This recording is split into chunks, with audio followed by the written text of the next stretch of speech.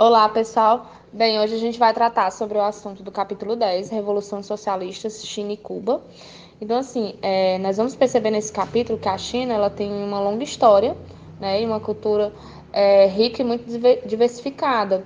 Por ela ter exercido uma grande influência sobre os vizinhos, né, por conta da sua escrita, técnicas, filosofias, artes, enfim, sobre a sua cultura. Então, ela é considerada por muitos historiadores como se fosse uma matriz cultural do Extremo Oriente. Então, a partir daí, a gente vai perceber alguns conflitos, não é? E, contudo, dominações e resistências nesse período.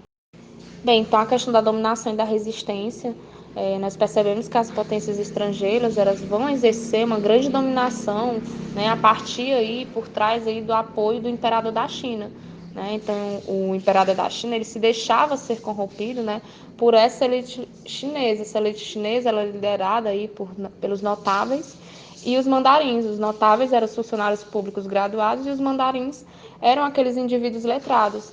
Então a gente percebe que a maioria da população era formada de camponeses que viviam sobrecarregados desses impostos e que sustentavam com seu trabalho toda essa corte imperial, essas elites, né? No caso, os estrangeiros. Então essa situação acabava gerando grande satisfação popular. Então a gente percebe aí que toda essa insatisfação popular nesse contexto, os camponeses vão promover aí uma grande rebelião em 1898. Essa revolução, né, rebelião, ela vai ser denominada aí como a revolta dos Boxers, que eram chamados rebeldes, né?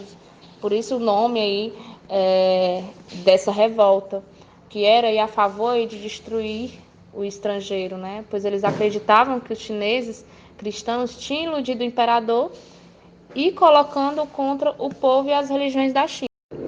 Essa questão do fim do império, né, e a grande proclamação da república na China, nós percebemos aí a questão do combate à dominação estrangeira e a questão da corrupção na corte chinesa. Então a gente vai ver que em 1900 um grupo de nacionalistas e republicanos que eram liderados por um médico, ele acaba fundando o Partido Nacional do Povo. Então, os nacionalistas eles vão estimular a criação de sociedades secretas e a publicação de textos críticos, atos de rebeldias, né, com o uso dessas roupas ocidentais, e a questão da trança também nesse período, que fazia referência, né, ao imperador. Então nós percebemos que em 1911 esse partido ele consegue derrubar o Império Chinês e proclamar a República.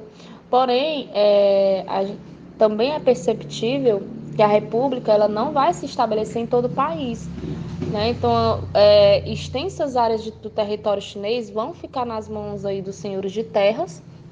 Então, isso vai acabar gerando a questão aí da fome, gerando essas insatisfações. Percebe-se também que a questão da proteção dos grandes proprietários também vai entrar nesse meio termo.